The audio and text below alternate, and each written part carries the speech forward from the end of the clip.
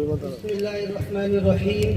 الحمد لله رب العالمين والعاقبة للمتقين والصلاة والسلام على محمد وعلى آله وأصحابه أجمعين. أما بعد، وبالسند المتصل منا إلى أمير المؤمنين في الحديث أبي عبد الله محمد بن إسماعيل بن إبراهيم البخاري رحمه الله تعالى رحمة واسعة إلى يوم القيامة أنه قال: باب قول الله ونضع الموازين القسط ليوم القيامة وأن أعمال بني آدم وقولهم يوزن. وقال مجاهد: القسطاس العدل بالرومية، ويقال القسط مصدر المقسط وهو العادل، وأما القاسط فهو الجائر.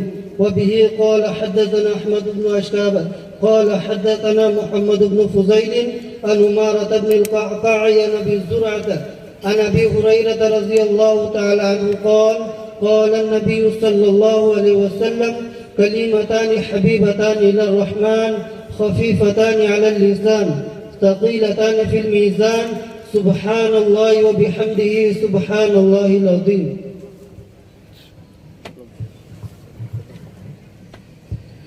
بسم الله الرحمن الرحيم. الحمد لله رب العالمين والعاقبة للمتقين، والصلاة والسلام على سيد الأنبياء والمرسلين محمد وعلى آله وصحبه أجمعين. أما بعد، أعوذ بالله من الشيطان الرجيم. بسم الله الرحمن الرحيم. والوزن يومئذ الحق، صدق الله العظيم. اللهم صل على سيدنا محمد وعلى آل سيدنا محمد وبارك وسلم.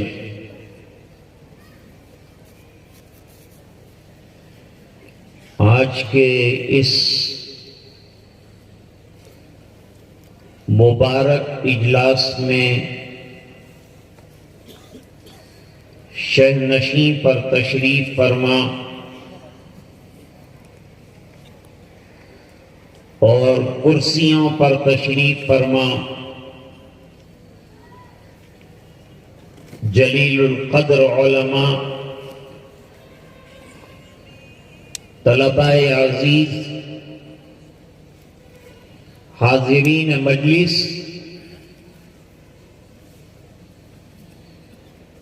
ابھی آپ کے سامنے الجامع صحیح البخاری کا آخری باب اور آخری حدیث شریف ان فارغ ہونے والے طلباء نے پڑھی.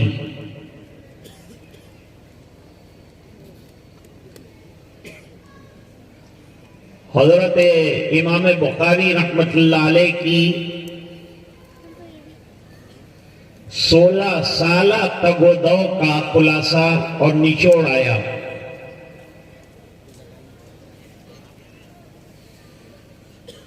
سولہ سال تک محنت کر کے امت کی خدمت میں 6000 سے زیادہ حدیثوں کا اور صحیح احادیث کا ایک خزانہ پیش کیا ہے.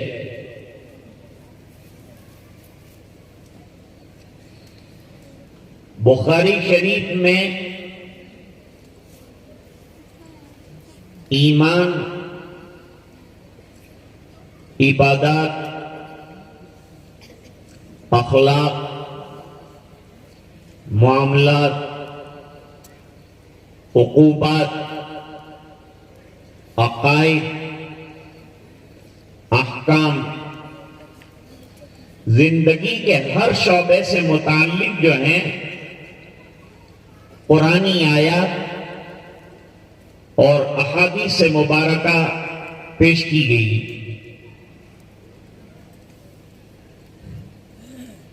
ایک قول کے مطابق 97 یا 98 کتابیں ہیں، ایک قول کے مطابق 100 کتابیں ہیں، 3920 ابواب ہیں۔ آخری کتاب میں 58 باب ہیں، اور 58واں باب ابھی پڑھا گیا ہے۔ 245 حدیثیں پیش کی اور 36 آثار پیش کیے۔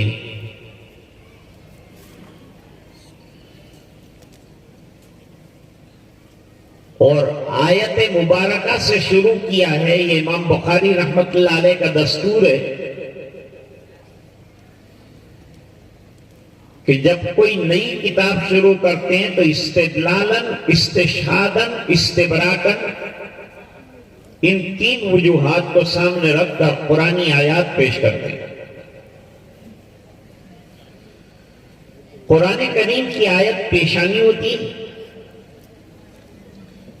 اور باقی جتنی احادیث لاتے ہیں وہ تمام احادیث جو ہیں اس کی تفصیل ہوتی ہے۔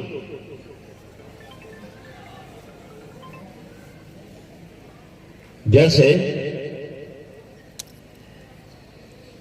کتاب الطہارت کے اندر لائے ہیں وَجَعَلْنَا مِنَ الْمَاءِ كُلَّ شَيْءٍ حَيٍّ، وہ آیت کریمہ کو کتاب کی پیشانی بنایا ہے۔ کتاب العلم میں بہت زبردست آیت کریمہ لائے ہیں وَقُلْ رَبِّ زِدْنِي عِلْمًا۔ حضور پاک صلی اللہ علیہ وسلم کے پاس علم اولین اور آخرین ہے، اس کے باوجود اللہ تعالیٰ فرماتے ہیں کہ اللہ سے علم کی زیادتی مانگو۔ اس لیے یہ ادارے جو ہیں کھولے گئے ہیں کہ ہم علم طلب کریں، علم حاصل کریں۔ ایک ہے علم، ایک ہے فن۔ دنیا کا جو ایجوکیشن ہے وہ فنون سے تعلق رکھتا ہے، اور دین سے جو چیز تعلق رکھتی ہے اس کو علم کہتے ہیں۔ اس مدرسے کا نام تعلیم الاسلام، تعلیم القرآن ہے۔ حضرت مولانا محمود صاحب کی محنتوں کا شاہکار ہے۔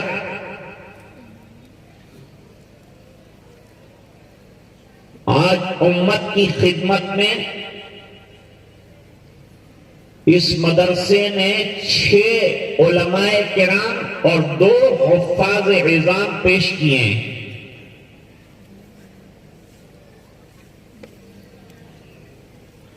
تو عرض کر رہا تھا کہ کتاب کے شروع میں آیات ضرور لاتے ہیں، قرآن کی آیات برکتاً لاتے ہیں یا استدلال کے طور پر لاتے ہیں اور اس سے پھر استدلال کرتے ہیں۔ چونکہ علماء تشریف لاتے ہیں، رکھتے ہیں ایسے موقعوں پر، اس لیے تھوڑی علمی بات بھی کرنی پڑتی ہے۔ میں کوشش کروں گا کہ آپ کو آسان سے آسان پیرائے میں سمجھاؤں تاکہ آپ کو یہ کتاب کیا تقاضے لے کر آئی ہے یہ آپ کے سامنے آئے اور آپ بھی اپنی اولاد کو علماء بنائیں۔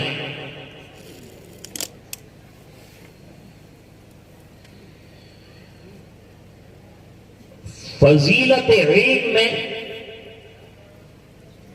جیسے دستور ہے امام بخاری رحمت اللہ علیہ کا وَقُلْ رَبِّ زِدْنِي عِلْمًا، آیت تو لائے، حدیث نہیں لائے. اس پر اشکال ہوتا ہے کہ حدیث کی کتاب ہے اور حدیث نہیں لائے. اس کا جواب یہ ہے کہ آیت اتنی بھاری لائے ہیں کہ سب احادیث پر بھاری ہیں. اس بنا پر حدیث کی ضرورت نہیں ہے، صرف آیت سے استدلال کرنا امام بخاری نے کافی سمجھایا.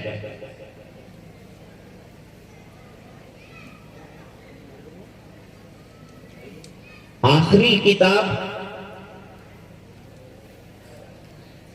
کتاب التوحید ہے. اہل سنت والجماعت کیسی توحید کو مانتے ہیں؟ ایک ہے معتزلہ، ایک جماعت ہے گمراہ، اب تو نہیں ہے، اب ان کی روحیں بھٹک رہی ہیں دوسری شکلوں میں.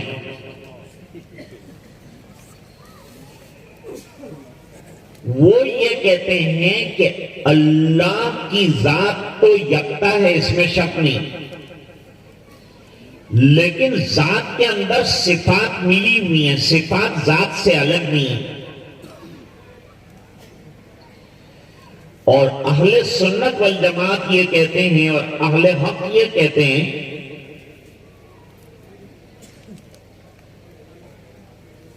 کہ توحید کی دو قسمیں ہیں. ایک ہے توحید ذات، یعنی اللہ کی ذات یکتا ہے، واحد ہے، اس کا کوئی ثانی نہیں ہے. اور ایک ہے توحید صفات،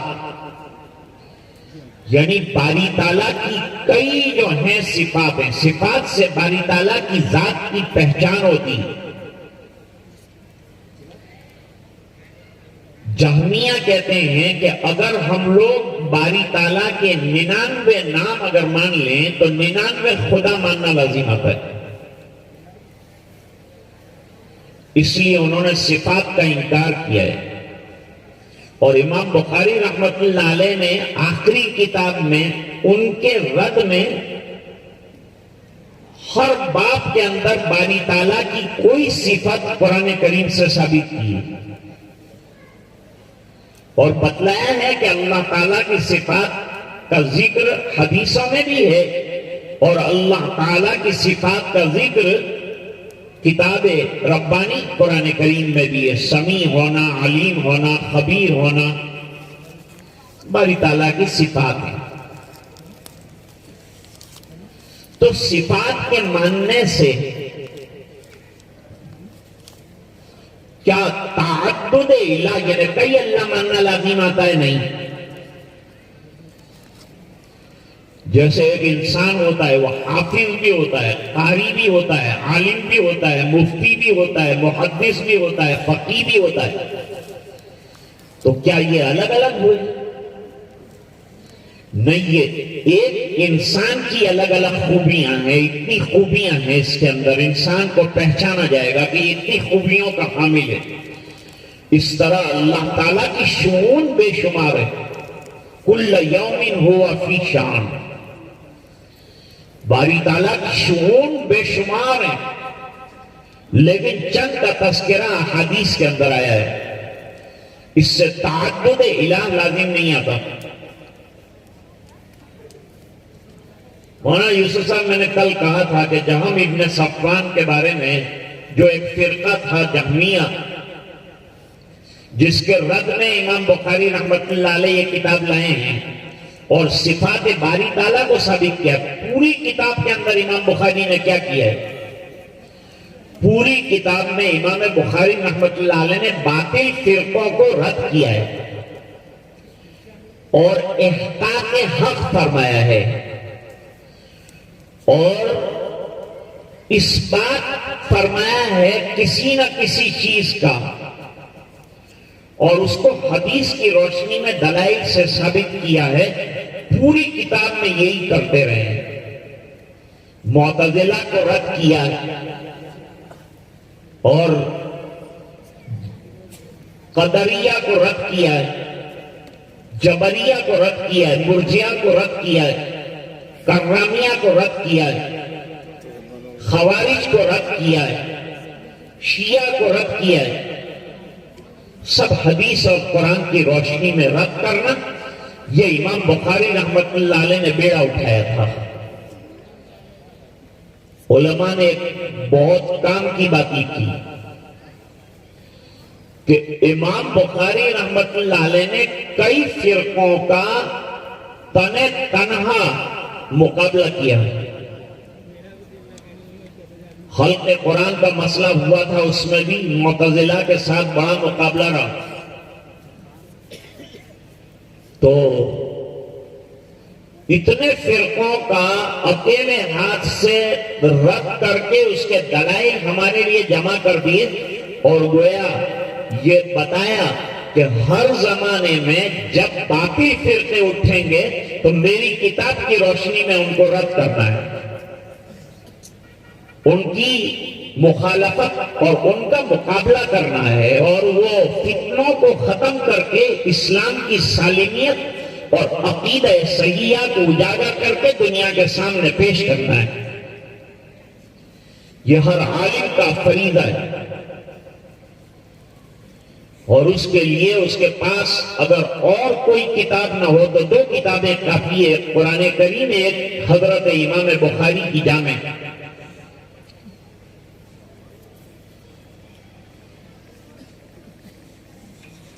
تو صفات 2 قسم کی، باری تعالیٰ کی جو صفات ہیں 2 قسم کی۔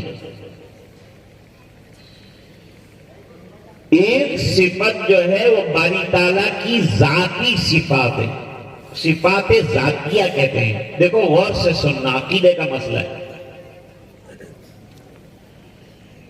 نمبر 2، صفات افعال۔ صفت ذاتی کس کو کہتے ہیں؟ 7 صفات ذاتی ہیں: حیات، علم، قدرت، مشیت، سماع، بصر۔ یہ 7 صفات سے باری تعالیٰ ایسے متصف ہیں کہ عدم اتصاف ممنوع ہے۔ باری تعالیٰ سمیع ہیں، سننے والے ہیں، تو کبھی بہرے نہیں ہوئے، اور باری تعالیٰ بصیر ہیں تو ہمیشہ سے تھے اور ہمیشہ رہیں گے، کبھی عدم بصر نہیں آئے۔ باری تعالیٰ علیم ہیں تو باری تعالیٰ کا علم ایسا ہے کہ کبھی عدم علم نہیں آئے گا باری تعالیٰ کے یہاں۔ بعض علماء کی رائے یہ ہے، اس میں پھر اختلاف ہے اشاعرہ کا اور ماتریدیہ، صفات ذاتی کی تعریف میں اختلاف ہوا ہے۔ ایک تو یہ تعریف کرتے ہیں، دوسرے حضرات کہتے ہیں جن صفات سے اللہ تعالی ازل سے لے کر ابد تک متصف ہیں وہ صفات ذاتی ہیں، اور جو صفت ازل میں نہیں تھی اور ایک مرتبہ وجود میں آئی تو آنے کے بعد سے وہ ہمیشہ برقرار رہے گی، ان صفات کو صفات افعال کہتے ہیں۔ حضرت امام بخاری رحمۃ اللہ علیہ نے کتاب التوحید میں تقریباً 31 ابواب قائم کیے ہیں، جن کے اندر باری تعالیٰ کی شؤون اور باری تعالیٰ کی صفات کو ثابت کیا ہے۔ علامہ زاہد الکوثری ایک بڑے بزرگ ہیں، محدث ہیں بہت بڑے، وہ فرماتے ہیں کہ جہمیہ کے 22 فرقے ہیں، ان میں سے ایک شاخ جہمیہ کی وہ ہے کہ جو وزن کا انکار کرتی ہے، قیامت کے دن اعمال کا وزن کیا جائے گا اس کا انکار کرتی ہے، اور اہل سنت والجماعت کے یہاں اعمال کا وزن کیا جانا لازم ہے، اس کو واجب کے درجے میں مانا ہے، عقیدے کے اعتبار سے اس کو واجب مانا جائے گا کہ اللہ تعالی ہمارے اعمال کا وزن کریں گے. لیکن تعجب کی بات یہ ہے کہ امام بخاری رحمت اللہ علیہ عمل کے سلسلے کی کوئی حدیث نہیں لا سکے. حالانکہ دعویٰ کیا ہے لیکن کبھی کبھی اشارت النص سے بات کو ثابت کر. اس لیے ایک لطیف توجیہ کے ذریعے سے بتلایا کہ اگر عمل کا وزن میں ثابت نہیں کر سکا تو قول کا وزن ثابت کیا ہے میں نے. قول کا وزن، جب قول یعنی انسان کی زبان سے جو بات نکلتی ہے اس کا بھی وزن اللہ تعالیٰ کے یہاں کیا جا سکتا ہے، تو پھر انسان جو عمل کرتا ہے اس کا وزن کیوں نہیں کیا جا سکتا ہے؟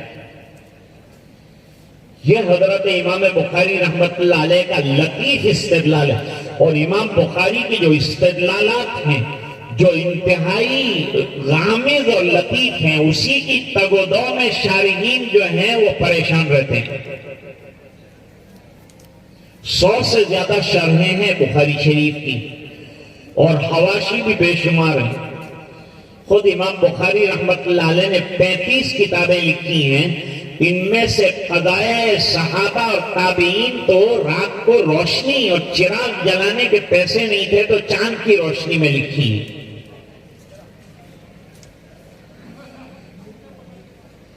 تو ایک ہے صفات ذاتی، ایک ہے صفات افعال. صفات افعال کس کو کہتے ہیں؟ کہ وہ وجود میں آنے کے بعد باری تعالیٰ کی کوئی صفت ایک مرتبہ ثابت ہو جائے تو وہ ہمیشہ کے لیے رہے گی. جیسے خالق ہونا ایک مرتبہ ثابت ہوا تو ہمیشہ کی خالقیت برقرار. ایک مرتبہ باری تعالیٰ کا رازق ہونا ثابت ہوا تو ہمیشہ کے لیے. جہمیہ یہ وہ لوگ ہیں جنہوں نے اللہ کی صفات کا انکار کیا. جہم ابن صفوان نامی ایک شخص تھا، علم عقائد سے کم واقف تھا اور فلسفے میں زیادہ ماہر تھا اور لچر زبان تھا، چرب زبان تھا اور اپنی باتیں منوانے کے اندر بڑا ماہر تھا، باقی عقائد میں کمزور تھا. امام بخاری رحمت اللہ علیہ کے ساتھ حضرت امام اعظم ابو حنیفہ رحمت اللہ علیہ کے ساتھ مناظرہ ہوا ہے. جہم ابن صفوان کا سن ہجری 128 کے اندر اس کو قتل کیا گیا اور حضرت امام بخاری رحمت اللہ علیہ نے لکھا کہ جہم ابن صفوان اصل میں ایک اور شخص تھا، جعد ابن درہم اس کے شاگردوں میں سے تھا. اس کو بھی قتل کیا گیا ہے اور اس کو بھی قتل کیا گیا ہے. اس کے بھی عقیدے فاسد تھے، اس کا بھی عقیدہ فاسد رہا. یہ وزن کے منکر ہیں، کہتے ہیں وزن کرنا عقل کے خلاف ہے. اللہ تعالیٰ کا اس بنا پر ہم نہیں مانتے، لیکن بعض چیزیں جو ہے وہ ما وراء العقل ہوتی ہیں اور بعض چیزیں خلاف عقل ہوتی ہیں. دونوں میں فرق ہے. کسی چیز کا ما وراء العقل ہونا ہے نا، ہماری عقل سے بالاتر ہونا، اور کسی چیز کا عقل کے خلاف ہونا، دونوں چیزوں میں بڑا فرق ہے. وہ فرق جو ہے جہم ابن صفوان کے لوگ نہیں کر سکے. انہوں نے کہا عقل میں نہیں آتا وزن کرنا، اس بنا پر انہوں نے وزن کا انکار کر دیا. اور امام بخاری رحمت اللہ علیہ نے وزن کے لیے وزنی آیات پیش کی. جو آیت میں نے پڑھی وہ بھی پیش کر سکتے تھے امام بخاری رحمت اللہ علیہ، لیکن چند خوبیاں اور چند کمالات کی وجہ سے حضرت امام بخاری رحمت اللہ علیہ نے 17واں پارہ سورۃ الانبیاء آیت نمبر 47 وہ پیش فرمائی. کیا ہے آیت؟ آیت ہے وَنَدَعُ الْمَوَازِينَ الْقِسْطَ لِيَوْمِ الْقِيَامَةِ، اور ہم قیامت کے دن موازین جو ہے وہ رکھیں گے، ترازو رکھیں گے. موازین جمع ہے میزان کی،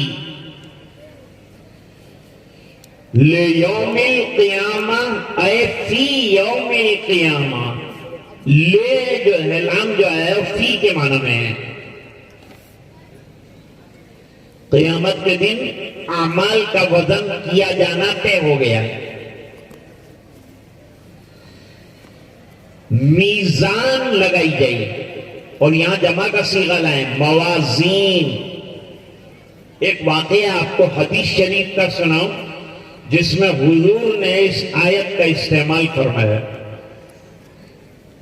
ایک صاحب حضور کی خدمت میں آئے، ان کے پاس غلام اور باندیاں تھیں. انہوں نے حضور پاک صلی اللہ علیہ وسلم سے مسئلہ پوچھا. مسئلہ یہ پوچھا کہ حضرت میرے چند غلام ہیں، وہ کبھی کمی زیادتی کرتے ہیں، ٹیڑھاپن کرتے ہیں، تو میں ذرا مار لیتا ہوں ان کو، تو میری پکڑ ہوگی قیامت کے دن؟ تو آپ صلی اللہ علیہ وسلم نے فرمایا تیری مار کو ایک طرف رکھا جائے گا اور ان کے قصور کو ایک طرف رکھا جائے گا. پھر قصور میں اور مار میں موازنہ کیا جائے گا. اگر قصور زیادہ نکلا تو تجھے معاف کر دیا جائے گا، اور قصور سے زیادہ مار تو نے اگر دی ہے تو تو ظالم کہلائے گا، تجھے سزا دی جائے گی. صحابی باہر گئے اور بہت روئے کہ میں تو کچھ نہ کچھ زیادہ ہی مار دیتا ہوں گا، اس میں کوئی تھوڑا میزان قائم رہ سکتا ہے؟ اور مارنے میں کنٹرول تو ہوتا نہیں، بھائی اس نے اتنا گناہ کیا، اتنی لکڑیاں اس کو ماری جائیں، اس کا کوئی معیار تو ہے نہیں. تو میں نے کچھ زیادتی ہی کر دی ہوگی. سر پیٹتے ہوئے حضور کے پاس آیا. حضور نے فرمایا کیوں اتنا پریشان ہوتا ہے؟ میں آپ نے جو بات کہی تو میں تو کچھ زیادتی کہا. قرآن کی آیت نہیں سنی تو نے؟ وَنَدَعُ الْمَوَازِينَ الْقِسْطَ لِيَوْمِ الْقِيَامَةِ فَلَا تُظْلَمُ نَفْسٌ شَيْئًا وَإِنْ كَانَ مِثْقَالَ حَبَّةٍ مِّنْ خَرْدَلٍ أَتَيْنَا بِهَا وَكَفَى بِنَا حَاسِبِينَ. یہ پوری آیت کریمہ ہے کہ اللہ تعالیٰ رائی کے دانے کے برابر اگر کسی نے کسی پر ظلم کیا ہوگا تو اس کا بھی وزن کریں گے اور اس کا بدلہ دیا جائے گا. شاعر بھی بیچارہ کہتا ہے، توحید کی کتاب ہے نا، توحید کسے کہتے ہیں؟ توحید تو یہ ہے کہ خدا حشر میں کہہ دے یہ بندہ دو عالم سے خفا میرے لیے ہے. اور ایک اللہ والا شاعر جو ہے وزن کو ثابت کر رہا ہے. جب تلیں گے عمل سب کے میزان پر، دیکھو میزان ثابت، جب تلیں گے عمل سب کے میزان پر تب کھلے گا کہ کھوٹا کھرا کون ہے. معلوم ہوا کہ قیامت کے دن اعمال کو تولا جائے گا. سیدہ عائشہ رضی اللہ تعالیٰ عنہا نے بڑی عجیب حدیث سنائی. گھر میں پریشان تھیں، حضور تشریف لائے. ماں عائشہ نے پوچھا کہ اللہ کے رسول آپ پوچھئے میں کیوں پریشان ہے؟ کہا یہاں تو آپ ہر معاملے میں میری مدد کر دیتے ہیں، لیکن آخرت میں ہمیں جنت میں پہنچانے کے اندر آپ مددگار بنیں گے؟ اور میں وہاں بھی ضرور مددگار بنوں گا، لیکن 3 مراحل ایسے ہیں جہاں میں مدد نہیں کر سکتا. نمبر 1، جب اعمال نامے ہاتھوں میں دیے جا رہے ہوں گے، کسی کو دائیں ہاتھ میں کسی کو بائیں ہاتھ میں، وہاں میں کچھ نہیں مدد کر سکتا. پھر اللہ تعالیٰ پل صراط قائم فرمائیں گے. اس پل پر سے گزرنے کے وقت تمہاری کوئی مدد نہیں کر سکتا. اور پل کے اس پار اللہ تعالیٰ میزان لگائیں گے اور میزان کے اندر اعمال کو تولا جائے گا. اس وقت میں تمہاری کوئی مدد نہیں کر سکوں گا. اس سے معلوم ہوا کہ میزان لگایا جائے.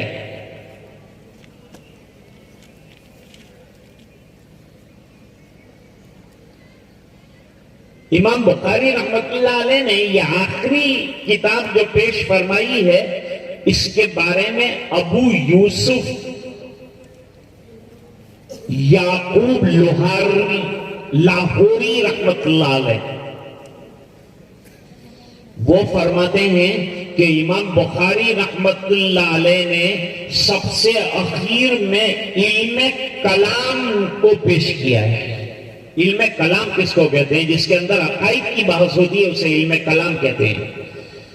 علم کلام کے اندر جزا، سزا، جنت، جہنم، حشر، نشر، حساب، یہ تمام چیزیں بیان کی جاتی ہیں. اس کو علم کلام کہتے ہیں. امام بخاری رحمت اللہ علیہ نے سب سے اخیر میں کلام اللہ سے کتاب کو شروع کیا تھا. اِنَّا أَوْحَيْنَا إِلَيْكَ كَمَا أَوْحَيْنَا. وہ کلام اللہ سے شروع کر کے کلام کی بحث پر اپنی کتاب کو ختم کر دیا. تو کلام سے شروع کیا، کلام پر ختم کیا. یہ کمال ہے امام بخاری رحمت اللہ علیہ کا. ایک سوال ہوتا ہے کہ کتاب الایمان جو ہے، ایمان یہ بھی علم کلام ہی کا ایک حصہ ہوتا ہے، کیونکہ اس کے اندر بھی عقیدوں کی بحث ہوتی. تو جہاں ایمان بیان کیا وہی توحید بیان کر دیتے. جواب یہ دیا کہ کتاب الایمان میں ایجادی طور پر توحید کو ثابت کیا ہے، اور کتاب التوحید کے اندر سلبی طور پر کہ تمام اعمال آپ نے کیے لیکن اللہ کی صفات کا انکار کیا، جنت کا انکار کیا، جہنم کا انکار کیا، عقیدے کو صحیح نہیں کیا، سب اعمال بیکار ہو جائیں گے اور جہنم میں جانا پڑے گا. اس کو اصطلاح میں کہتے ہیں ترقی من الادنا الی الاعلی. یہ حضرت امام بخاری رحمت اللہ علیہ نے پیش کیا. اور طلبہ کی دلچسپی کے لیے ایک بات بتاتا ہوں. شیخ عبد الغنی پھلپوری رحمت اللہ علیہ بہت بڑے بزرگوں میں سے ہیں. مشائخ بڑے بڑے ان کے یہاں آیا کرتے تھے، اللہ والے ان کے یہاں جایا کرتے تھے، فیضیاب ہوا کرتے. جیسے بھی حضرت مولانا نے فرمایا کہ بھائی اللہ والوں کے پاس جانا چاہیے. میں تو طالب علم ہوں، آپ کے علاقے میں بڑے بڑے اللہ والے اور اہل اللہ ہیں، ان سے فیضیاب ہونا چاہیے اور ان کی مجالس میں شرکت کر کے ذکر سے اپنے قلب کو منور کرنا چاہیے. شیخ عبد الغنی پھلپوری رحمت اللہ علیہ فرماتے ہیں کہ امام بخاری رحمت اللہ علیہ نے پہلی حدیث جو پیش کی ہے وہ امیر المومنین حضرت عمر رضی اللہ عنہ کی حدیث تھی. پہلی مرتبہ امیر المومنین کا نام اگر خلیفہ کو دیا گیا تو حضرت عمر کو دیا گیا. اور اس کی ایک تقریب ہے لیکن تقریر لمبی ہے اس لیے اس کو چھوڑ دیتا ہوں. تو امیر المومنین کہلائے حضرت عمر رضی اللہ. اور خود پسند بھی فرمایا جب آپ کے سامنے آیا کہ صحابی نے آپ کو امیر المومنین کہہ کر پکارا ہے. فرمایا ٹھیک ہے، مومنین کا امیر ہوں میں، حاکم ہوں، ملک ہوں، یہ کہنے کے بجائے امیر ہوں. امام بخاری رحمت اللہ علیہ امیر المومنین فی الحدیث ہے، حضرت عمر امیر المومنین ہیں.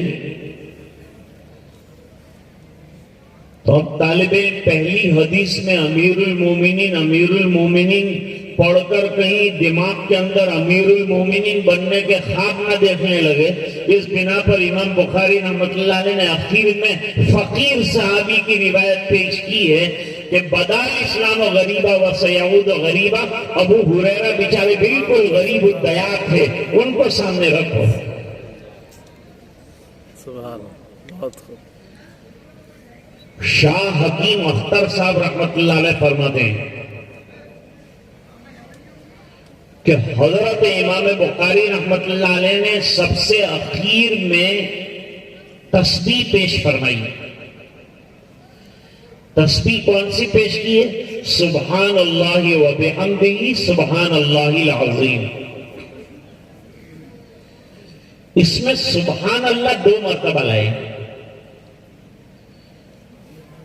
سبحان اللہ جو ہے وہ تسبیح کا صیغہ ہے، اور تسبیح کے معنی تنزیہ کے ہیں.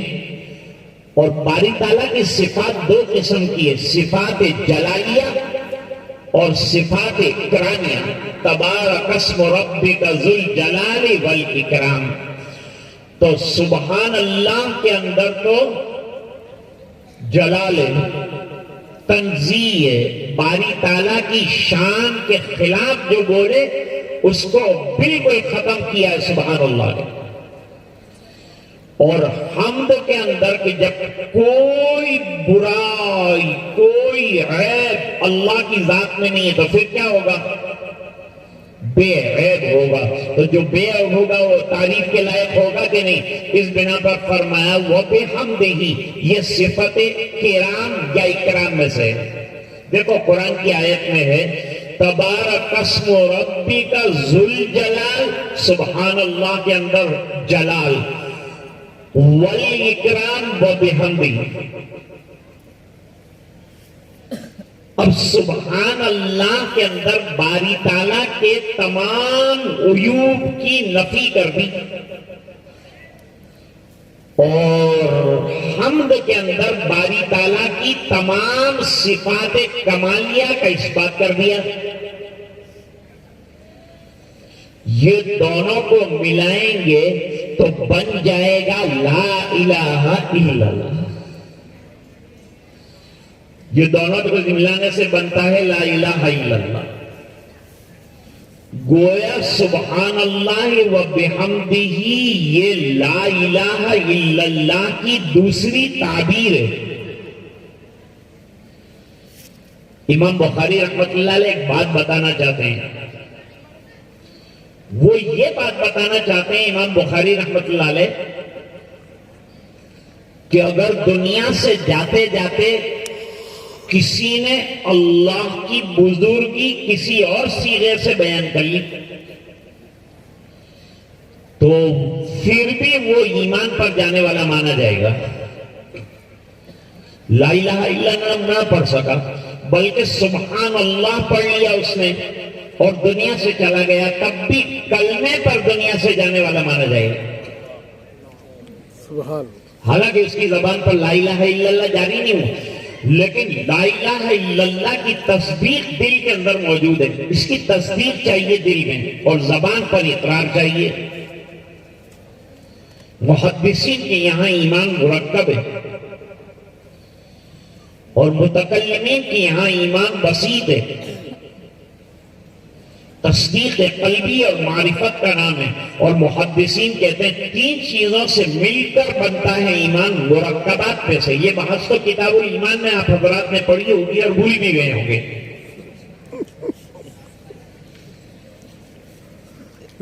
تو حکیم اختر صاحب رحمت اللہ علیہ فرماتے سبحان اللہ و بحمدہ سبحان اللہ العظیم میں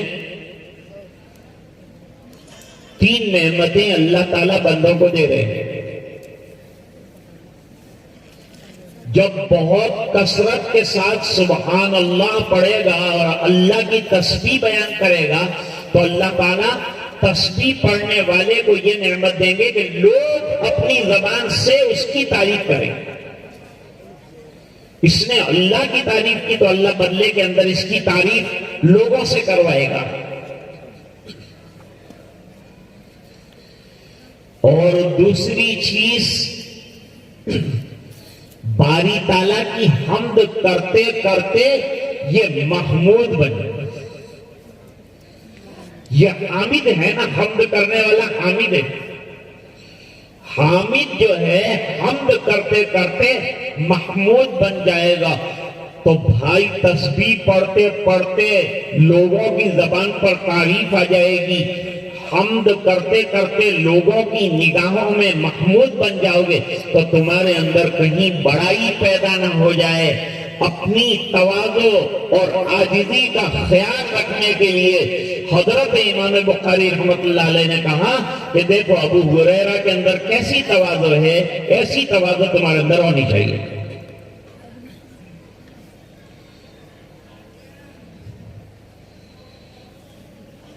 ایک حدیث ہے، بدال اسلام غریبا، اسلام جب شروع میں آیا تو بالکل انجانا تھا لوگوں کے درمیان. پھر سرکار نے رات دن قربانیاں دی، محنتیں فرمائیں، صحابہ کرام نے قربانیاں دی، اور پھر دین کا تعارف ہوا، لوگوں کے درمیان دین کی پہچان ہوئی. لیکن قیامت کے قریب پھر دین اجنبی اور غریب ہو جائے گا. تو سیعود غریبا فطوبی للغرباء، طالب علموں کو نصیحت کرتے ہیں کہ اے طالب علموں، تم نے کتاب ختم کر لی، لیکن ابو ہریرہ یہ علم حاصل کرنے کے لیے قبیلہ دوس سے اپنا گھر چھوڑ کر مدینہ منورہ میں صفہ کے اندر قیام پذیر ہوئے اور پوری زندگی حضور کی خدمت میں رہے اور فقر و فاقہ کیا، تو ان کو اللہ تعالیٰ نے علم عطا فرمایا. تم بھی اگر علم کو بڑھانا چاہتے ہو اور علم حاصل کرنا چاہتے ہو تو تمہیں اپنے اندر ابو ہریرہ والی شان پیدا کرنی پڑے گی. تم کو غریب و دیار بننا پڑے گا. حضرت عمر بھی مہاجر ہیں اور حضرت ابو ہریرہ بھی حضرت ابو ہریرہ کی نام میں بہت اختلاف. ایک نام عبد شمس ہے زمانے جاہلیت کا، پھر اسلام لانے کے بعد ان کا نام عبداللہ رکھا گیا. 78 سال کی عمر پائی اور سن ہجری 59 میں مدینہ منورہ کے اندر بقیع غرقد میں دفن کیے گئے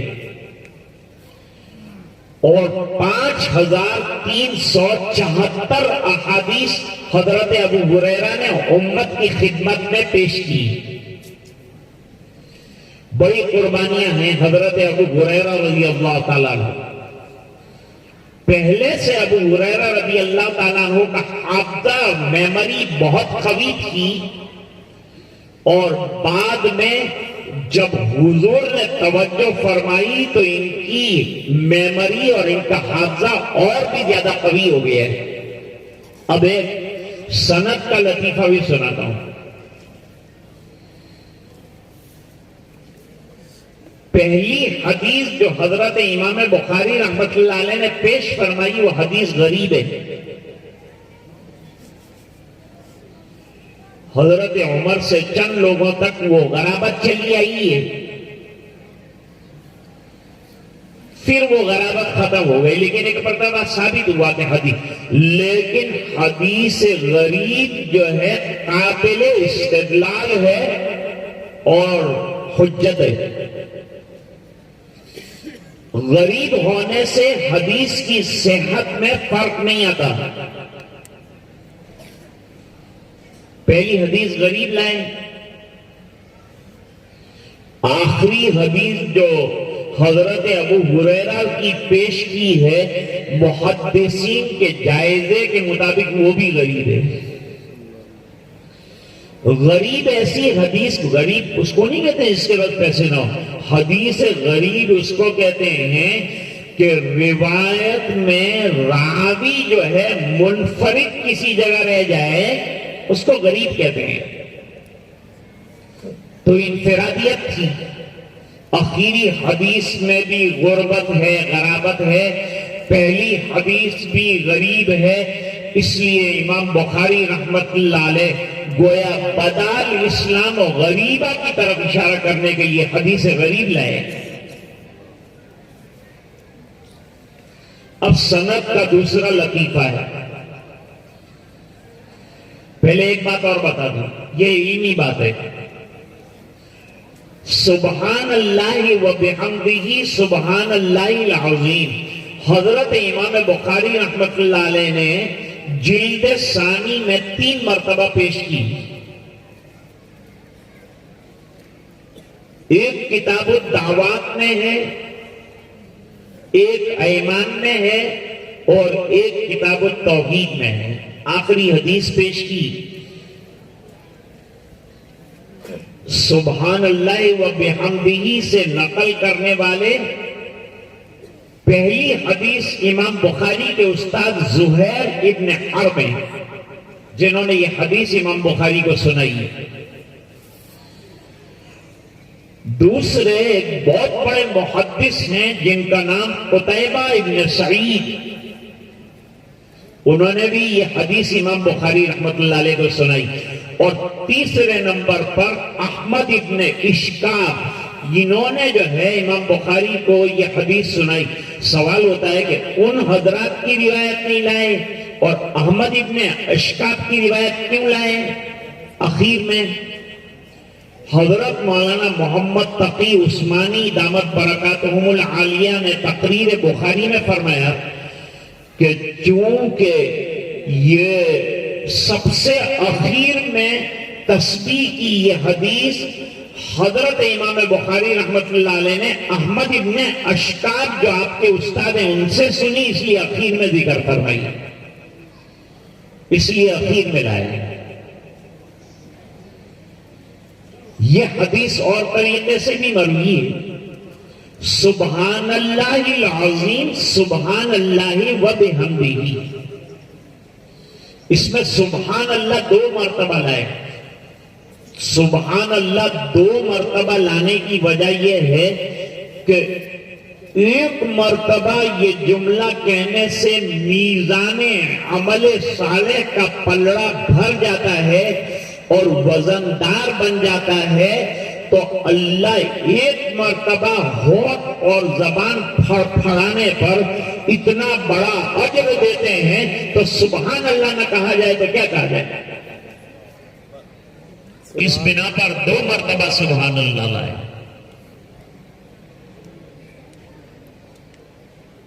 پھر سبحان اللہ و بحمدہ کے بعد سبحان اللہ العظیم لائے.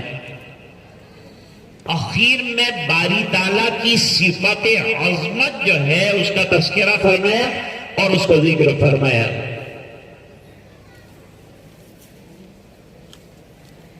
پہلی حدیث پیش فرمائی تھی حمیدی، وَبِهِ قَالَ حَدَّثَنَا الحمیدی. حمیدی جو ہیں نزیل مکہ ہیں، مکی. امام بخاری رحمۃ اللہ علیہ نے ان کی حدیث پہلے نمبر پر پیش فرمائی، حمیدی کی، اور اخیر میں احمد ابن اشکاب کی روایت پیش فرمائی. پہلی حدیث حمیدی کی لائے جو مکے کے رہنے والے اشارہ کر رہے ہیں کہ وحی کا آغاز مکے سے ہوا ہے، اس لیے مکی راوی کی روایت لائے.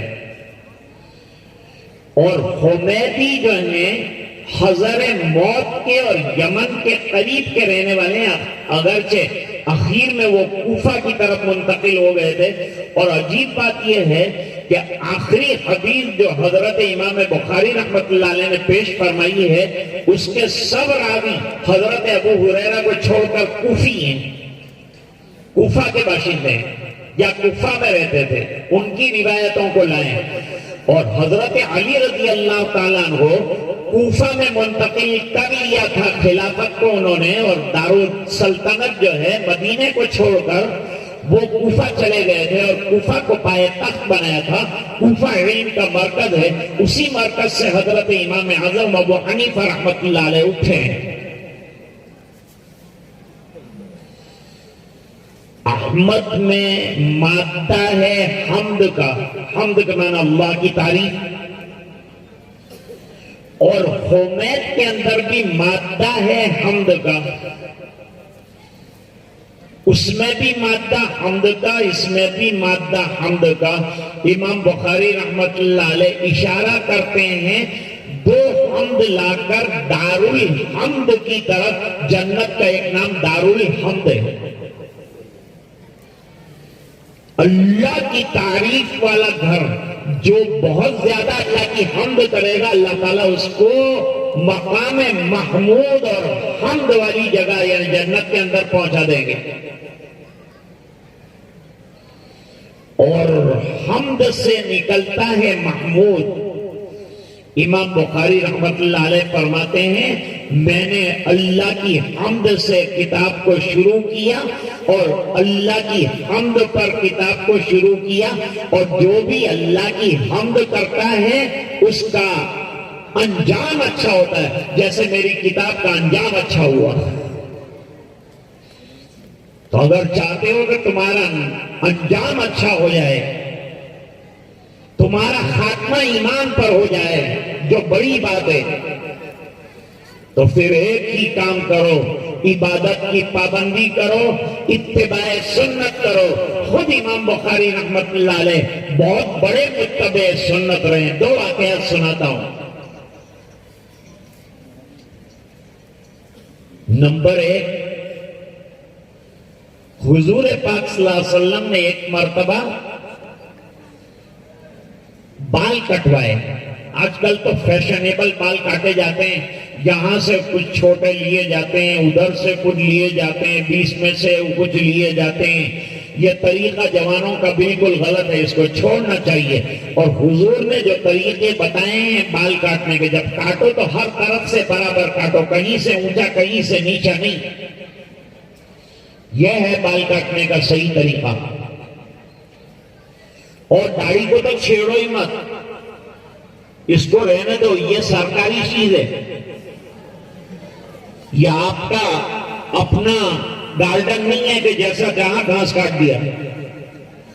یہ گورنمنٹ کی چیز ہے، اللہ کی طرف سے دی گئی ہے، لہذا داڑھی کو ایک بال ملے۔ والد صاحب فرماتے تھے کہ اجمیر کے اندر ایک پٹھان طالب علم تھا، اس کی داڑھی کا ایک بال تھا، وہ ٹوٹ گیا۔ 8 دن وہ رویا کہ اللہ تیرے دربار میں سنت کے نام پر پیش کرنے کا ایک بال تھا، وہ ٹوٹ گیا، میں کیا تجھے منہ دکھاؤں گا، رسول کو کیا منہ دکھاؤں گا۔ آج ہم داڑیاں تراش تراش کر نالا میں بہا رہے ہیں تو اللہ کو کیا منہ دکھائیں گے، اور سرکار کی محبت کی کیا بات کرتے ہیں۔ اگر حضور سے محبت ہے تو داڑھی کو چھوڑ دیجئے، ٹوپی کو اپنا شعار بنا لیجئے، اسلامی لباس کو اپنا مزاج بنا لیجئے۔ تو حضور نے بال کٹوانے کے بعد ابو طیبہ نامی جو نائی تھا اس کو سونے کا ایک سکہ دیا۔ ہم تو نائی کو 50 روپے دینے کے ہوتے ہیں، اس میں بھی آناکانی کرتے ہیں۔ حضور نے ایک سکہ نہیں، حضور کے یہاں مال کی وقت نہیں، مال کو حیثیت نہیں، مال وقی چیز ہے، قیمتی چیز ہے۔ حضرت مولانا محمد عمر صاحب پالنپوری رحمت اللہ علیہ کو لوگوں نے کہا حضرت آپ اجتماع کرتے ہیں، جلسے کرتے ہیں، کتنے لاکھوں روپے خرچ ہو جاتے ہیں، اتنے لاکھ روپے خرچ کرنے کے بجائے یہ پیسے جمع کر کے ایک جو ہے ہارٹ کا بڑا ہاسپٹل قائم کر دیا جائے۔ تو حضرت نے جواب میں فرمایا کہ روزانہ امت جو داڑھی منڈواتی ہے روزانہ، اور اس میں ریزر اور بلیڈ اور صابن اور کریم، یہ تمام چیزیں جو استعمال ہوتی ہے، یہ اگر خرچہ گنا جائے تو روزانہ امت ایک ہسپتال بنا سکتی ہے ہارٹ کا بڑا۔ وہ ہارٹ کا اسپتال روزانہ بنا سکے، اس کے لیے ہم ایک دن خرچہ کرتے ہیں تاکہ سنتیں زندگیوں میں زندہ ہو۔ اس لیے یہ کام کیا جاتا ہے۔ امام بخاری نے جب حدیث پڑھی کہ حضور نے سکہ سونے کا دیا، بھئی ہم بھی سنتے ہیں حدیث لیکن ہمارا کوئی اس پر عمل نہیں رہا۔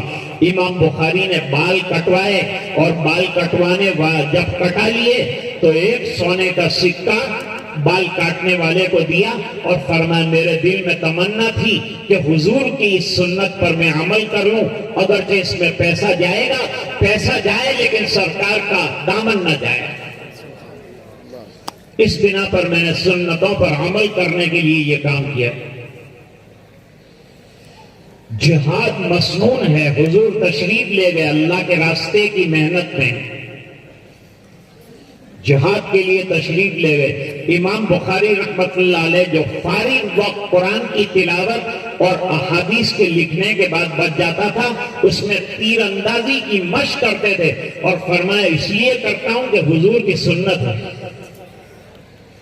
یہ سنتوں پر عمل رہا ہے حضور پاک صلی اللہ علیہ وسلم کی، حضرت امام بخاری رحمۃ اللہ علیہ کا۔ اب جا رہے ہیں آپ اٹھ کر، ابھی کھانا باقی ہے اور کتاب کی ختم ہونے پر میرے پیارے بچوں کی دستار بندی باقی ہے، اور یہاں بیٹھ کر ان لوگوں کو دیکھنا اور حوصلہ افزائی کرنا بڑے ثواب کا اور اجر کا کام ہے۔ اور آپ آئے اسی مقصد سے ہیں کہ مدرسے کے کارناموں کو آپ کے سامنے بیان کیا جائے۔ ابھی تو میں نے شروع نہیں کیا بخاری کا اصل بیان، ورنہ پھر آپ میں سے آدھے جو ہے گھر روانہ ہو سکتے تھے، کھائے بغیر روانہ ہو سکتے۔ لیکن الحمدللہ بہت بڑا مجمع بیٹھ کر، جن میں بڑے بڑے علماء اور جلیل القدر جو ہے اساتذہ موجود ہیں، وہ الحمدللہ بات کو اچھی طرح سے سن رہے ہیں۔ تو حضرت امام بخاری فرماتے ہیں کہ میں نے ایک مرتبہ اپنی جوانی میں ایک بات پڑھی کہ غیبت حرام ہے۔ تو ایک کتاب ہے ان کی، کتاب ادب المفرد، اخلاقیات کے بارے میں۔ یہ کتاب کو مولانا محمود صاحب اپنے مدرسے میں داخل نصاب کرنا چاہیے، اتنی بہترین کتاب ہے، اس کی نوعیت الگ ہے۔ مقبول ترین کتاب تو امام بخاری کی جامع ہے، لیکن ادب المفرد بھی بڑی وقی درجے کی کتاب ہے۔ اس میں لکھا ہے کہ جب میں نے سنا کہ غیبت حرام ہے، اس دن سے میں نے غیبت نہیں کی۔ مغتبت منذ سمعت ان الغیبت حرام، کل قیامت کے دن حساب ہوگا تو میرے اعمال نامے میں غیبت نہیں نکلے گی۔ اور میرے والد صاحب رحمت اللہ علیہ بھی نہ غیبت کرتے تھے نہ غیبت سنتے تھے۔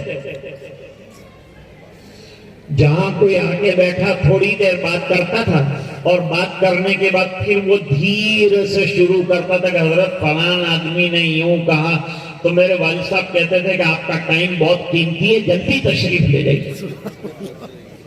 یوں نہیں کہتے تھے کہ میرا ٹائم قیمتی ہے اور تم غیبت کر رہے، اس کو روانہ ہی کر دیتے۔ مجھے ایک آدمی ملنے آیا تھا، اس نے کہا یہ کیسے مولانا ہے کہ سب کو روانہ ہی کرتے؟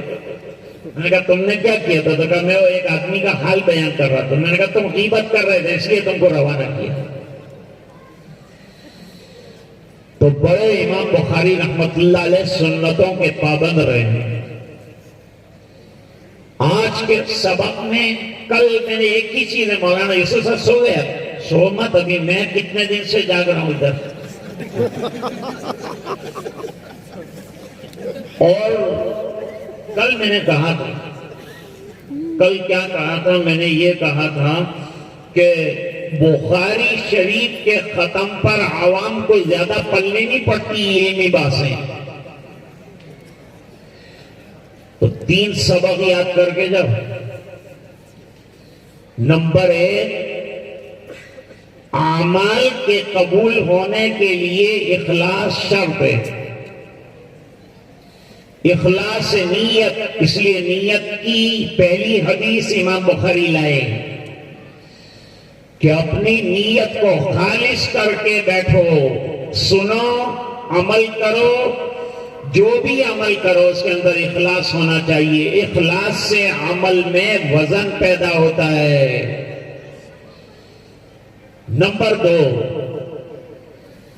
اتباع سنت کرنے سے عمل میں وزن پیدا ہوتا ہے۔ نمبر 3، امام بخاری رحمت اللہ علیہ نے اپنی کتاب کو ذکر اللہ پہ ختم کیا ہے اور امت کو نصیحت کی ہے 16 سال کی محنتوں کا خلاصہ ذکر اللہ ہے، لہذا تم بھی اپنی زندگی میں ذکر اللہ کو جاری رکھو تاکہ تمہارا اختتام اور تمہارا خاتمہ بھی ایمان کے اوپر ہو جائے۔ وآخر دعوانا الحمدللہ۔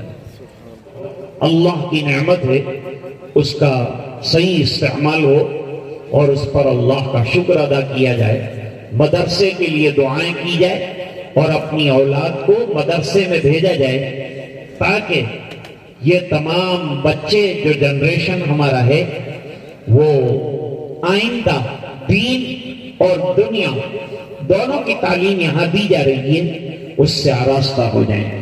اور بچیوں کا بھی نظام ہے جن کو ایک مخصوص نصاب پڑھا کر اتنا علم دے دیا جاتا ہے کہ وہ اپنی زندگی دین کی روشنی میں گزاریں اور اپنی اولاد کو بھی دیندار بنانے کی فکر کریں۔ بخاری شریف جس کشتی میں رکھ دی جائے وہ کشتی ڈوبنے سے بچ جاتی ہے۔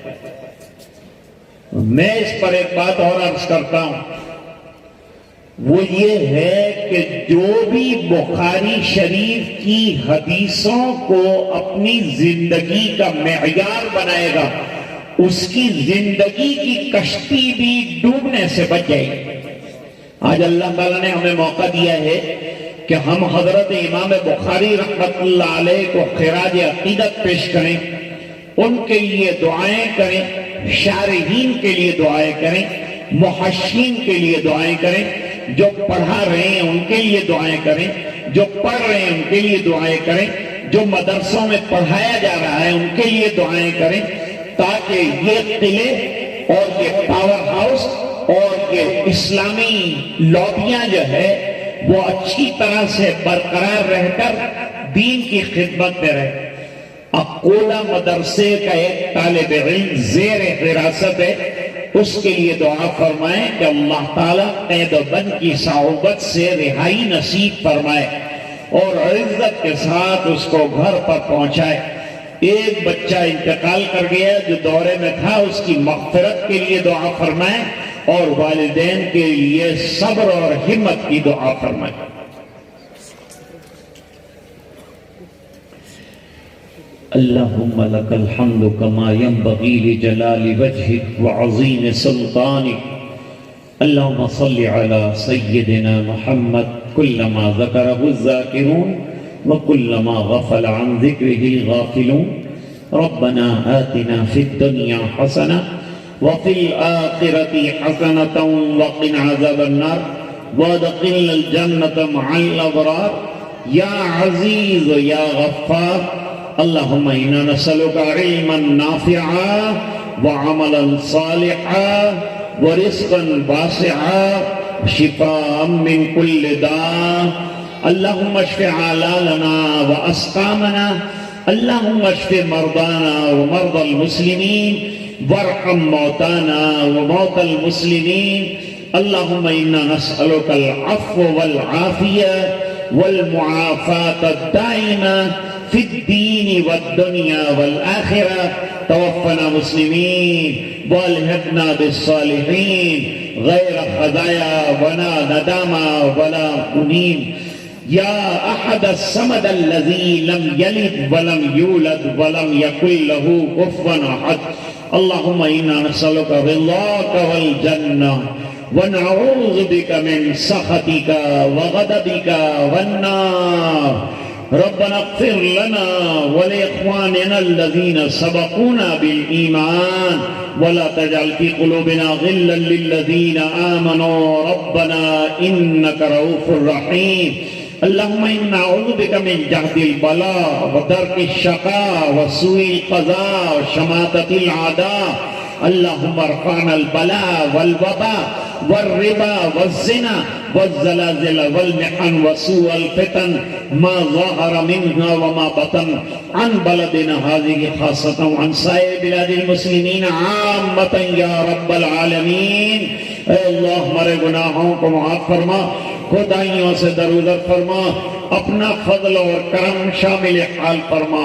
اے اللہ ان طلباء کو قبول فرما، مدرسے کو قبول فرما، اساتذہ کی محنتوں کو قبول فرما، جنہوں نے انعامات سے نوازا ان کو قبول فرما، پورے مجمع کی مغفرت فرما، اطراف اور جوانب کے جتنے علماء ہیں ان کے علم کو قبول فرما، اپنی بارگاہ میں انہیں شرف قبولیت سے مالا مال فرما، ان کے علوم میں مزید وسعتیں عطا فرما، برکتیں عطا فرما۔ اے اللہ ہم سب کو نبی کریم صلی اللہ علیہ وسلم کی اتباع کی توفیق عطا فرما، حضور پاک صلی اللہ علیہ وسلم کی اتباع زندگی اور زندگی کے ہر شعبے میں نصیب فرما۔ اے اللہ جو بیمار ہیں انہیں شفا عطا فرما، جو پریشان ہیں ان کی پریشانیاں دور فرما، جو مقروض ہیں غیب سے قرضوں کے پورا ہونے کی سبیل پیدا فرما۔ اے اللہ اپنی رضائے دائمی عطا فرما۔ اے اللہ ذاکرانہ اور شاکرانہ زندگی عطا فرما۔ اے اللہ غافلانہ زندگی سے ہماری حفاظت فرما۔ اے اللہ پورے مجمع کی مغفرت فرما، امت کے ایک ایک فرد کی مغفرت فرما، دور دراز سے آنے والوں کا آنا قبول فرما، جو مقصد لے کر آئے ہیں اس میں کامرانی عطا فرما۔ اے الہ العالمین جو کوتاہیاں ہو گئی ہو اپنے فضل سے معاف فرما دے، جو خوبیاں ہوں اس پر عمل کرنے کی توفیق عطا فرما دے۔ اے اللہ یہ دعائیں اپنے فضل و کرم حبیب پاک صلی اللہ علیہ وسلم کی برکت سے منظور فرما۔ سبحان ربک رب العزت عما یصفون، سلام علی المرسلین والحمد للہ رب العالمین۔